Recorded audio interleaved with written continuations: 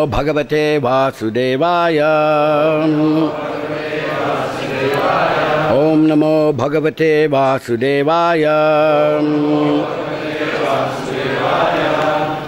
Srimad Bhagavatam, the pastimes of Lord Ramchandra, Canto 9, Chapter 10, text number 2.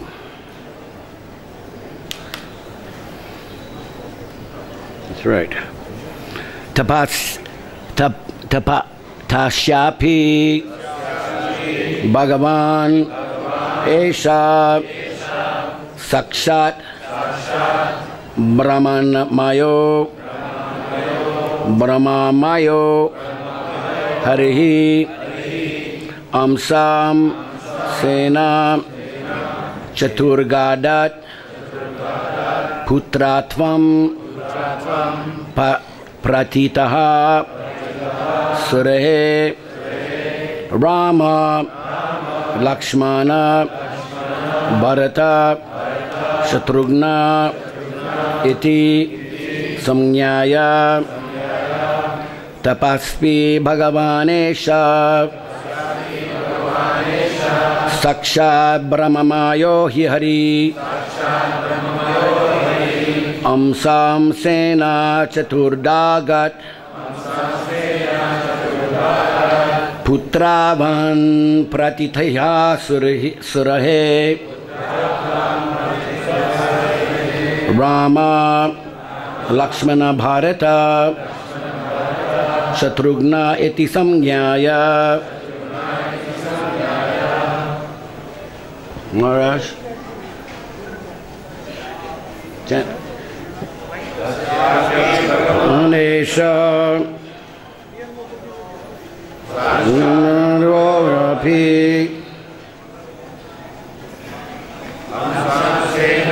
Tudvagam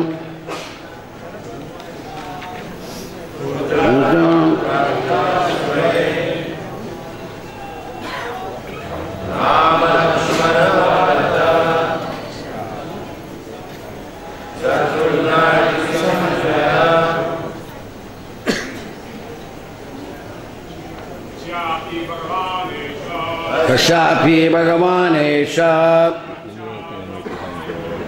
Sakshatam Mayori Samsena Chaturvara Putratvam Pratitashari Rama Lakshmana Bharata Shatrugna Tatsya, of him, Maharaj Dasarath. Api, also. Bhagavan, the Supreme Personality of Godhead. Eshaha, all of them. Sakshat, directly. Brahmamayaha, the Supreme Parabrahman, the Absolute Truth. Harihi, the Supreme Personality of Godhead.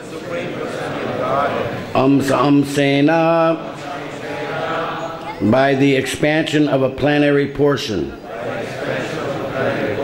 Chaturda, by fourfold expansions. Agat, accepted. Putratvam, sonhood. Pratitaha, being prayed for. Surahe, by the demigods. Rama, Lord Ramachandra.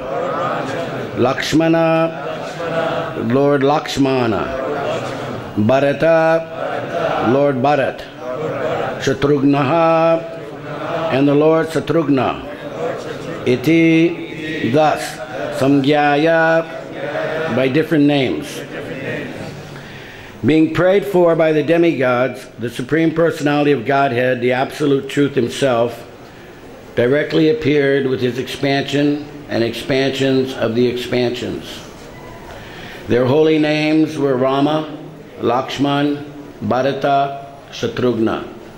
These celebrated incarnations thus appeared in four forms as the sons of Maharaj Dasharatha. Purport. Lord Ramchandra and his brothers, Lakshman, Bharata, Shatrughna, are all Vishnu Tattva, not Jiva Tattva. The Supreme Personality of Godhead expands in many, many forms. Advaitam, Achyutam, Anadim, Anantarupam. Although they are one and the same, Vishnu Tattva has many forms and incarnations, as confirmed in the Brahma Samhita. Ramadi Murti Shukala Niyamena Tishnan.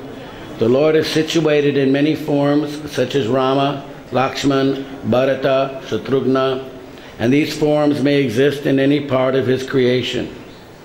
All these forms exist permanently, eternally, as individual personalities of Godhead, and they resemble many candles, all equally powerful.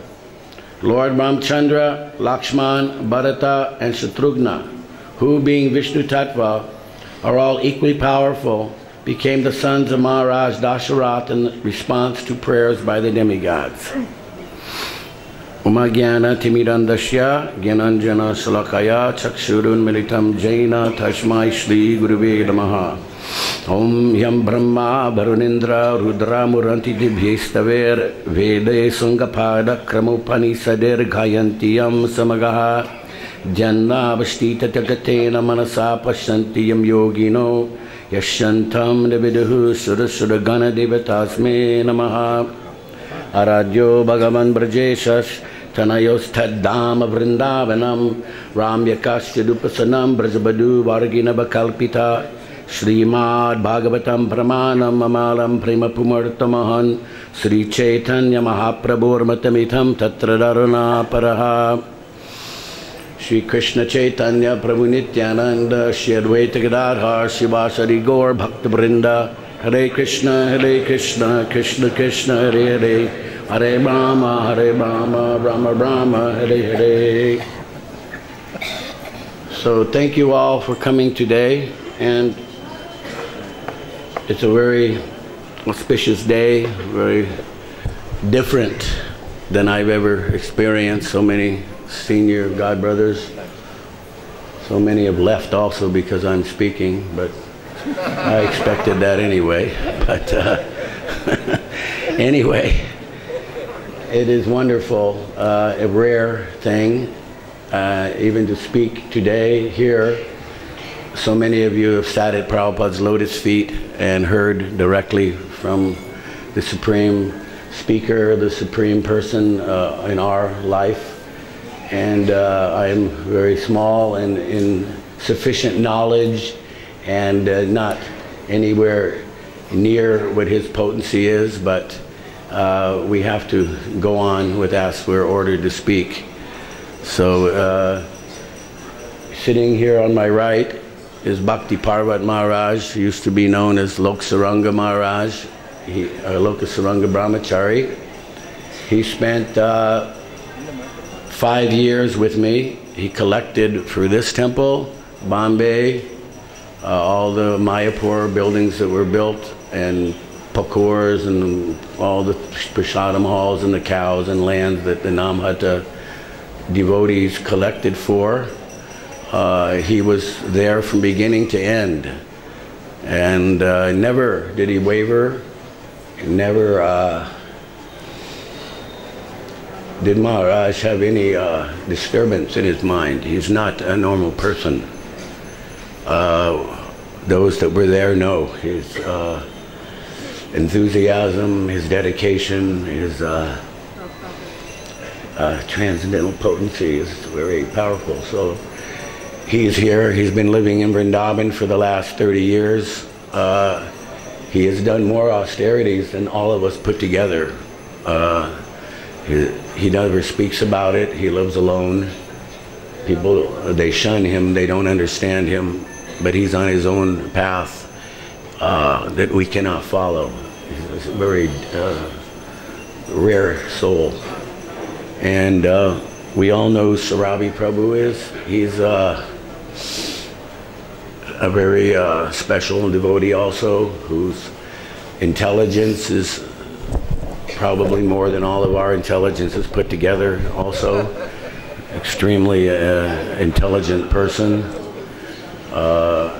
and his understanding and clarity, and his also pure dedication to Srila Prabhupada manifested this building under very extreme, difficult situation that he will maybe talk about in a little bit.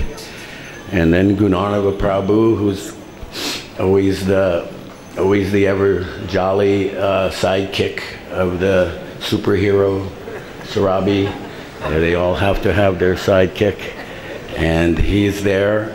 And Banabada Prabhu, who's humbly sitting on the floor, he was also with me for 5 years during that collecting period.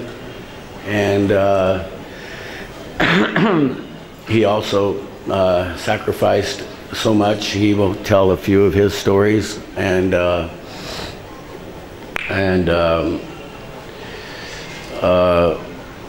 Bhuvaneshwar Prabhu, who's not here right now, he's the cook and the pujari here. He stayed for 3 months because normally most devotees only lasted 3 to 6 months maximum. We went through 82 devotees, and there was only 5 or 6 that lasted. Because I was reading in that booklet yesterday that they put out. It's a little bit not concise, but the fact was that of so many men, when in the beginning, let me just glorify Lord Ramchandra first for a few moments, and then we will go on with this topic. But Lord Rama, he is the expansion of Krishna. He's the personality of Godhead in full, and his pastimes were extremely wonderful and also difficult, just like we're talking, because if it ain't rough, it ain't right. That's an old saying. So he had a very difficult situation. His stepmother, just before, the day before his coronation, she called in the chip that she had been given by King Dasarath, that one benediction I will give you, because he had some hand problem, and she helped him through this, as Prabhupada described that. And he said, I will give you one benediction, but she said, I will ask later. And she asked that benediction the day before the coronation. And the king had to do that, and it's a very, very, very heavy scene. If we see on television, they're all copying, all these soap operas are copying these Ramayana and these pastimes of the Lord. But they're not intense and wonderful like this. So we all know that the Lord went to the forest, and his wife Sita, she also left, and the brothers went with him, Lakshman and Satrughna. Bharata stayed behind, and the pastimes were there in the forest. One of the pastimes was in the forest. Lord Ramchandra, he met Palsuram, who killed the Kshatriyas 21 times older. And he saw there was some pride. Although he's also Vishnu Tattva, he saw some pride in him, that I had killed all the Kshatriyas. So this is the transcendental pastimes. They had a fight. And Lord Ramchandra defeated Palsuram, and he felt very proud of himself that he had defeated the Palsuram, the other famous warrior. And also in that forest, many things happened. You've all read these things. And when the fight did come, and they did attack Lanka, and the floating stones were put, and the Lord Rama had nobody. He had no army. That's why his stepmother said 14 years to the forest, because she thought, well, if we banish him to the forest, he will collect an army and come back here and take over. So she said 14 years. That would be enough to give us time to consolidate all the power here. And so he had no army, so he went to get the monkeys. So just imagine when they attacked Lanka, Rama, Lakshmana, Shatrugna, they're the only ones with bow and arrows. That was it, 3 people with weapons. The rest, all the monkeys, they had stones. They must have been very big monkey, because Bhagavatam says they had giant trunks of trees and giant stones and boulders they were throwing. And in general, monkeys are 5 to 10 times the strength of a human anyway. So they attacked Lanka in this way, and they destroyed it. It's compared in the Bhagavatam just like an elephant had gone into a patch of vegetables and destroyed it. That is what Lanka looked like. And then when Ram came back to Ayodhya, Bharata, his brother, the whole time he was gone, he had grown a beard. Ram also was bearded at that time. He had not been shaving, being in the jungle. I have never seen a photo or anything of Krishna or Ram with a beard. But he also had matted locks and everything. And Bharata did not. He ate some boiled type of food for this whole 14 years, and he brought Rama's shoes on his head, and he came out to greet him. And at that time, then they all shaved their heads, and they had the ceremony and so forth. So Ramadi Murti Shukalani Amena Tishnan. These avatars of Krishna are innumerable. Krishna is innumerable. And Ramadi Murtishu. Rama is named amongst the first. Why Rama? We have Lord Chaitanya manifested one form. That form was a Satbhuja. Satbhuja, that is the face of Chaitanya Mahaprabhu, the beautiful yellow golden face of Chaitanya Mahaprabhu. And the arms are down. He is carrying the water pot and a walking stick.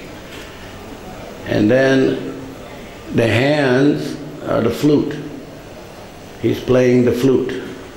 So 2 hands down, Lord Chaitanya, 2 hands with a flute, and 2 hands like this with the bow and the arrow. That is the form of Satbhuj. I have a beautiful Satbhuj deity I had made in the villages of Orissa. You can see that. It would be wonderful. It took me many months to get made. I had to go back 3-4 times. But why this form? Why did Mahaprabhu show this form? What does it mean? No one had seen this form before. So why? What does it mean? It means Rama, Krishna, Chaitanya Mahaprabhu. Nanavatar makaru bhuvaneshu kintu. There are unlimited avatars that have come. Nanavatar makaru bhuvaneshu kintu. But these 3 forms of the Lord are the most merciful, because they all preached. They delivered the conditioned souls. Lord Brahma taught by his example, 1 wife. Not many wives. He taught how to rule. He was Ram Raj. Even in the kingdom of Rama, the climate was perfect. Everything went according to normal. And if you didn't want to die, you didn't have to die. That's how powerful the king should be. That you don't want to die, you don't have to die. The story Prabhupada told sometimes was one man came to Lord Rama and said, my son has died before me. That's not the natural order of things, that the son should pass before the parents. He said, what kind of king are you? This is not the normal way of things. So the king was blamed for this. Ram was blamed for this. So now the kings are gone and some kings remain, and they are not at all protective of the citizens, and the leaders are not protective of the citizens. Everybody's selfish, everybody's out for their own gain. But Lord Rama was not like that. And his example is like that. And then Sri Chaitanya Mahaprabhu, Krishna ordered us to Sarva Dharman Parityajya, and then Sri Chaitanya Mahaprabhu, he came and he taught us how to do that. So these three lords, Rama, Krishna, and Sri Chaitanya Mahaprabhu, that is why the form of Sadbhuj, the Lord showed that form, because he wanted to give more mercy. More mercy. That is the mercy of Chaitanya Mahaprabhu. Namo Mahavaranyaya. Krishna Prema Pradayate. Varanyaya, most magnanimous. It is the most magnanimous manifestation of Krishna himself, and yet he wasn't satisfied enough. He took this form to show that Krishna, Rama, they are also giving. That is how the desire of Sri Chaitanya Mahaprabhu's mercy is, and unlimitedly expanding. So Ramadi Murti Shukala Niyamena Tishnan.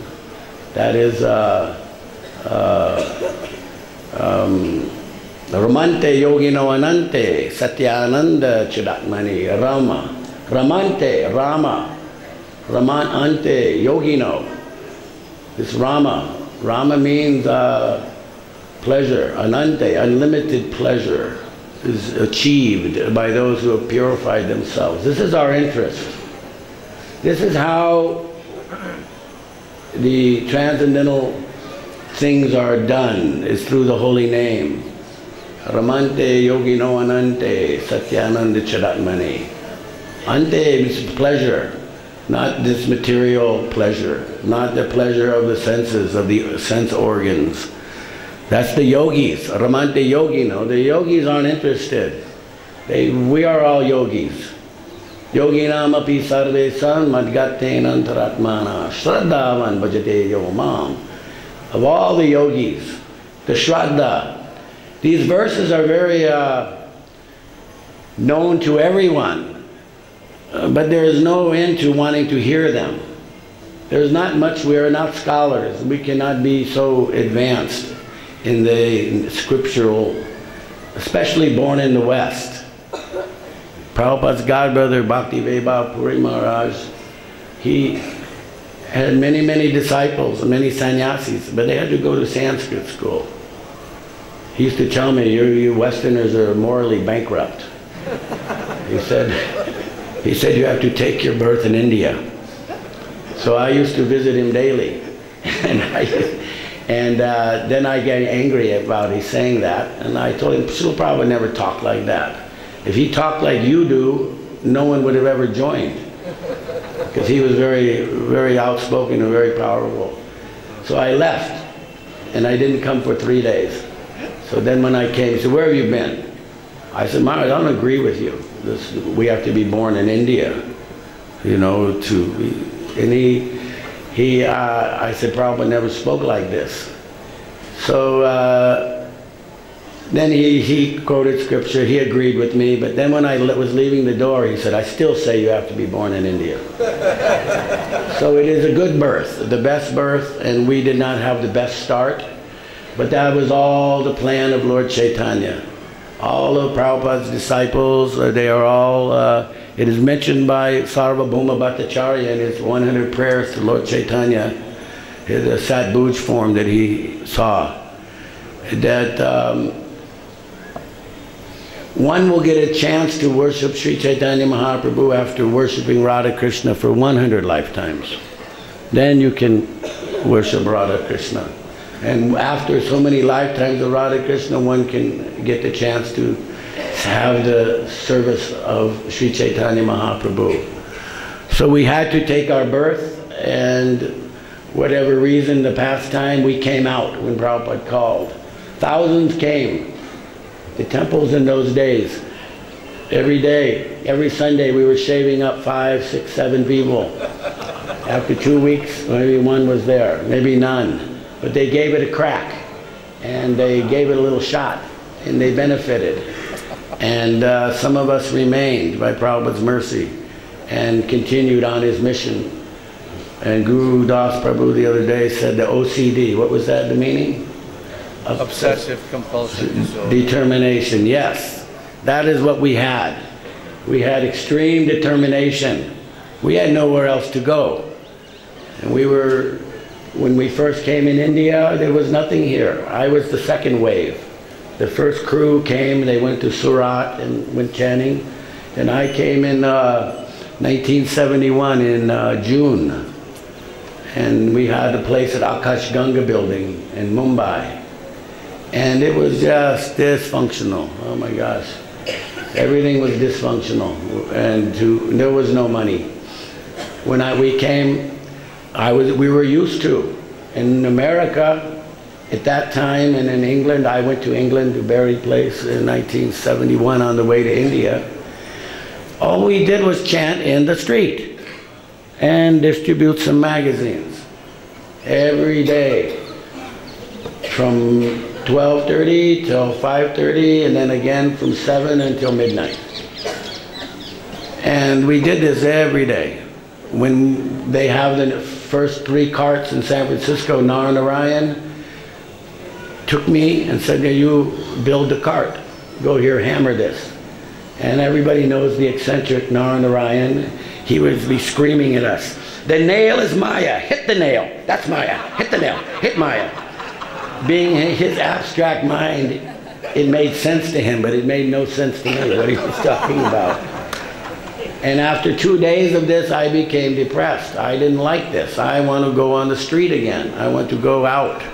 I liked it on the street. We became accustomed. Madhavisa Prabhu, who left us this last year, was such a powerhouse. What a Vaishnava, what a power he had. Prabhupada used to say the elephant has come. He's chanting like an elephant. He would do kirtan, and I tried to rival. We had our rivalry there, but ultimately I have to submit. He is the king. He was the best. The happiness he got from chanting. And we would be out all day, and Madhavisa Prabhu would be arranging for this Rath Yatra. But when he would show up, ecstasy, Madhavisa's come. And we would chant. So when I got to Mumbai, Prabhupada had ordered. His vision of preaching was, we cannot chant in the street right now, because Indians will take us as sahajiya. They will think we are cheap.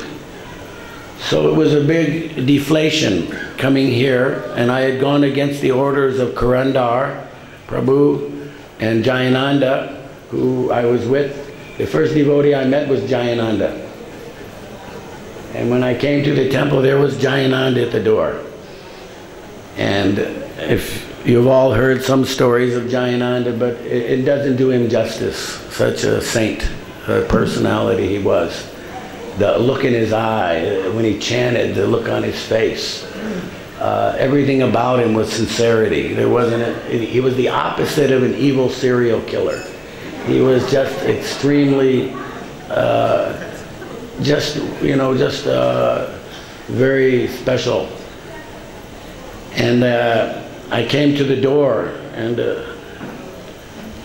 he said 75 cents to come to the Sunday feast. It was the storefront on Frederick Street in San Francisco. I said 75 cents. And I had thousands of dollars then, but I just had to be naturally. I just come back from Vietnam, and they pay you. I had money and got some money from my aunt, but my relatives are quite wealthy. But I said, I'll give you a quarter. And he said, okay. So I went in. So the next Sunday I was shaved up. That's how quick Prabhupada's mercy was, that it just overtook you. I saw this play, Dinanath. They did Prahlad Maharaj, Rabari Nandan Swami was there. And the food, what is this? I'd never had yogurt in my life. Now everybody eats yogurt, but in those days, we grew up from the 40s to 50s, we didn't know what yogurt was. Yogurt and these things, but I was attracted, and I came back. By the next week, I was shaven. And then you started out doing dishes, and then you moved up. When you got promoted, you got to clean the toilet. And then when you moved up from there, and then I got into making chapatis. Anyway, so I said to Madhurisa, I said, this guy at the door, he's not very good, because I got in for a quarter last week. He said, okay, you go to the door. And, nobody got in after that. But these, coming to India was a letdown, and I was given, I asked Madhurisa, what do we do now? He said, you go make light members. And I said, well, how do I do that? And he handed me the phone book. He said, start calling people. And so I opened the phone book, and the first 200 pages was Patel. Page after page, Patel, Patel, Patel. And so anyway, we did okay, things worked out, and there were many, many stories leading up to that. But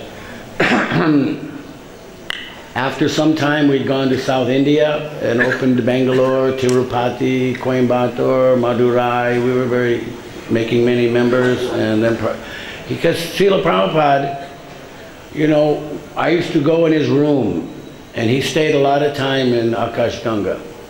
So I would watch, and he never spoke to me. I would sit in the back, and any person that came to visit Srila Prabhupada, we would just be like watching the heavyweight champion of the world. What's Prabhupada going to do to this person? And he always captured them, always defeated them, or whatever was necessary.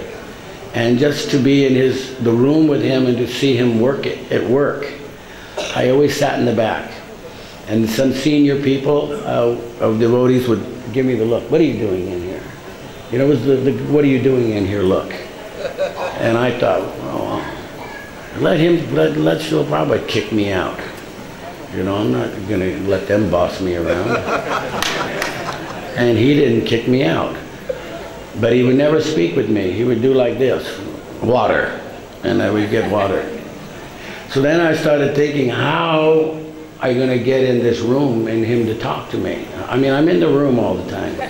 And I had the service to put his chandan on. So every morning I would put the chandan, make the chandan and go and put.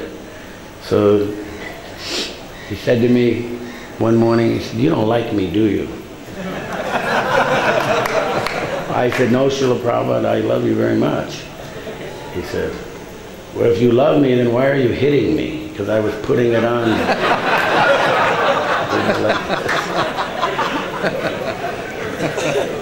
Yeah, many, many things like that. Srila Prabhupada never had, we would ask our stupid, I asked him a stupid question then about that time. Do you think of your Guru Maharaj?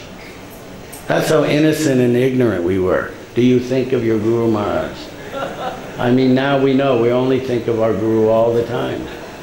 But how imagine? And Prabhupada was so kind, he just said, I am always feeling the presence of my Guru Maharaj. Instead of chastise me, you stupid kid, well, you don't know anything. And then he taught me in his own way. Everything he asked me, I didn't know the answer. We were in Madras. There was a guy on a horse with a statue. Who's that? I don't know. Why does grass grow in the cracks? I don't know. And this way he made me a fool. And I thought how to get in where he would talk with me. I said, I'm going to go do something. That's how you attract Krishna. I got to go do something and get his attention. So then the opportunity came. I was with Tamal Krishna Goswami. We were in Bihar. We had a jeep in the summertime, 130 or whatever it was. And then Srila Prabhupada ordered me and Tamal Krishna Goswami to go to Bangladesh. But it was it was actually East Pakistan at that time. And we were to preach in Bangladesh. But we went to the East Pakistan Embassy and our dhotis, like, you know, and there's no way they're Muslim country. So we were rejected, and then Goswami went to Delhi, and then I thought I'm going on my own now. So then South India, and Prabhupada, we got his attention, and learning so many slokas and able to preach and defeat every Mayavadi that we met. Prabhupada taught us the arguments, and there are many stories about that. We don't have that time and space. But then after some years, then I thought, this India and going on in ISKCON with some of the God brothers, there was conflict. And so I thought, let me go back to the West at this point. I want to get out of here. I've had enough 2 years of making life members. And, you know, it was very tedious. You come in with your book, and here's a rich businessman, and you know, here's our Rath Yatra, and you know, you start making up stuff to keep yourself entertained. It's got so monotonous. You know, you see that? That's Richard Nixon in the crowd. And we'd say all kind of things. And, you know, then doing the programs and ending up with 1,111 rupees. And then the last time, because we'd gone to many cities, we ended up in Rajmundry at a paper mill, living in some little room in a paper mill, a servant's quarter type. Then Sodananda Swami was with me. I said, let's get out of here. So Madhavisa Swami had invited me to Australia to go around. And I thought, I don't want to go there. And Karandar sent 2 tickets to come to LA. But on condition we stop in Tokyo. See how Krishna was setting up the whole program. We stay 1 month because there's 3 devotees. And I'd been to Japan. When I was in Vietnam, I got wounded, and they sent me there to repair me and send me back. But so I'd been there for 2 weeks before, and now we stayed a month. And when we were there, Trivikram Swami was there. And Trivikram, he wanted out of Japan, as he had a wandering nature to himself. And Gopal Swami, he was here. I don't know where Gopal Swami, huh? He's in his room, probably listening. So he wanted out of India. He was a cook. He came, and we left, and we went to America, and I tried to preach, but I didn't like the preaching there. I'd only gone to 11th grade anyway, and I didn't like these academics. And in the first year, I was with Jayananda, we were in San Francisco, then we shifted to Berkeley. And there was a small temple, 5 devotees, and every day we spent all day on the Berkeley campus. And these people were the most agitated people, these academics, these young kids, you know, and we made different devotees and so forth, but it just wasn't interesting. Then I thought, I'm going back. I will go back to India. And as I was collecting around the U.S., we went to every state fair, Ohio State Fair. We lived in a van, Ohio State Fair, Wisconsin State Fair, Texas State Fair, Indianapolis State, I mean everywhere. All these state fairs, we were doing books and incense. And I would get $2,000 to $3,000, and I knew we shouldn't keep money. So what am I going to do with this money? I was sending it to Vrindavan. And Prabhupada was told this money, some Guru Kripa is sending some money. So then I figured, I'm going back. Let me make a big collection and bring it to Vrindavan. So I got another van and a few more boys, about 10, and then we went to Salt Lake City. And I called up Karandar. I said, I got a letter from Prabhupada for you. And I said, read it, please. And he read, you're a senior man. I see you've been sending money to Vrindavan. Please stay 1 more year and send $5,000 a month. And you know, 1 more year here in the van, and nobody wanted us in their temple. except Sri Govinda in Chicago, and Mukund Lal Prabhu in St. Louis, and Bhaktadas Prabhu in San Diego. They loved us, and they loved our energy. But the others didn't want us around. Rabinder Sarup, and he was writing all these letters, you know, this guy, although I'd never met him. So I said, you tell Prabhupada I'm getting the money in 1 month. We're coming next month. That's OCD. You know, we went, and then Bali Mardran. I went to New York, I went to Minneapolis, collected very good, and went to Minneapolis, -2 degrees. And we had, there's all nice stories how to do all that. And we ended up in New York. Bali Mardran sent us up to New Haven, Connecticut. He tried to sidetrack us. There's nothing up there. It's a lot of ghetto. So we just went back to destroy Bali Mardran. You know, there's nothing more to pump you up than somebody saying you can't do something, or they try to, you know, then you really want to do it. So we went anyway, we collected $52,000. And I came to Los Angeles on January 3rd, 1974. And came 6 o'clock in the morning. We came on the red eye.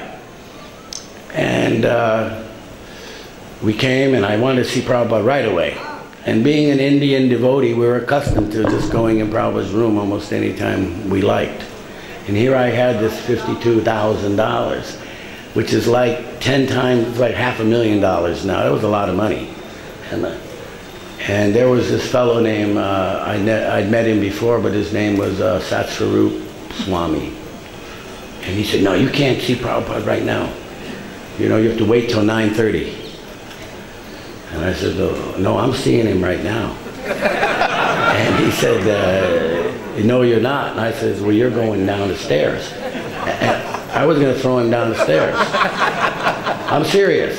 Because Yashodananda was with me, and I said, you get the left arm, I get the right arm. And Srila Prabhupada came out of his room and said, you have come.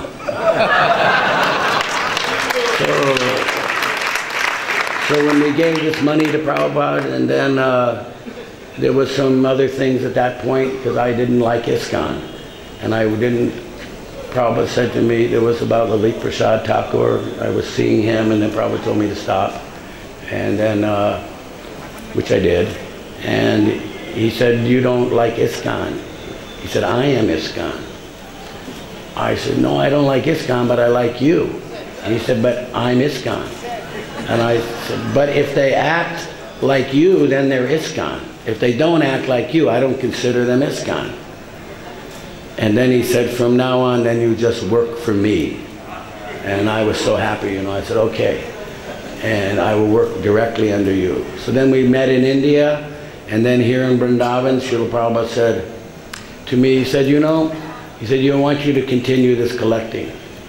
And I disagreed. I said, why? You told me to take sannyas. I didn't ever ask for sannyas, like many godbrothers did. Prabhupada ordered me. I was 22 years old. You know, that's kind of young. And I had no interest in the matter. But Srila Prabhupada ordered me here in Vrindavan, in Kartik, because he kept calling me Maharaj. And I said, Prabhupada, I'm not a Maharaj, I'm a brahmachari. And he said, no, you're not, then today. So we did on Rath Purnima. So then I said, why'd you give me this? And he said, anasita karma phalam karyam karma karotiya. He said, you work as you're obligated. That is a sannyasi, not the clothes. Your detachment from the object is sannyas, and anybody can be one. So I disagreed and disagreed the next day in the room, and then he told me this way. He said, you know, my Guru Maharaj sent me to the West, and I've done it. Now my program is in India. I want to build these buildings. So, but they will not give me money, my disciples. Each disciple had his own agenda. They were in Los Angeles, they wanted to build their own temple. And many of them disagreed with India because they'd come here and they got sick and they didn't like India. And they couldn't see or understand Prabhupada's vision. We have many God brothers now that just show up and they haven't been here in 30 or 40 years. They had such a bad experience the first time. So they had no interest to see this buildings. Prabhupada said, I don't have money, it must be done, but my service is to translate the Bhagavatam. He said, my head is hot. And when he said that, then I said, all right, so Prabhupada, from today on, you do the books and I'll get the money. Don't think about it ever again. And I don't know, because of that surrender at that point, I had no idea of how to do this. Then Krishna has done the rest. And I really have nothing more to say after this, because I didn't do anything except surrender. And then Krishna gave intelligence, arranged everything. Men came, men went, others that felt the same mood. They came under great difficulty. Immigration chased us all over the country. So many got deported. We would go change our names. Because at those times, you could change your name in 2 weeks. Not like today. It's after 9/11, everything has changed. But, Maharaj, what was your name you changed to? He changed from Leon Malangoni to Mikunda. And he's living in Radhakan. And Banabada, he got deported. Everybody got deported. What was your name? Gopal Kissinger. He called it Gopal Kissinger. We had one devotee, Sam Kirtan, and many, and they would come back in and continue. So going to jail, getting arrested, jumping off of, one devotee jumped off of a bridge into a moat surrounding the royal palace and got attacked by a bunch of swans. Swans are also very violent, if you get near their territory. And the police were chasing him and the swans were chasing him. And the Yakuza was after us to stop us. Our God brothers didn't want to help us. And we were on the back page, although we were collecting so much and sending 60 to 70,000 a month after expenses. Some people thought we were doing drug business. Every brick in this place came from books. And nobody collected, nobody gave more than, what, 1,000 yen? $8 or $9, $5. There was no $100 donations, 10,000, 5,000. It was all madhukari. Little here, little, everybody gave, a little bit. And that money was sent, and there was a lot of stories there, how Prabhupada, was very, Sarabi Prabhu can speak something about these things. And from now I want to give Maharaj, Bhakti Parvad Maharaj, he's actually become an Indian citizen. You can hear from him. He did many years of Sankirtan, not that he got to where he's at by coming here and faking it. He's not a fake. Prabhupada didn't allow people to go and do bhajan, but he can do bhajan, and I've lived with him. He sleeps 2 hours. He's not eating or sleeping or collecting for himself. I know, we are very close, So please, Maharaj, share something.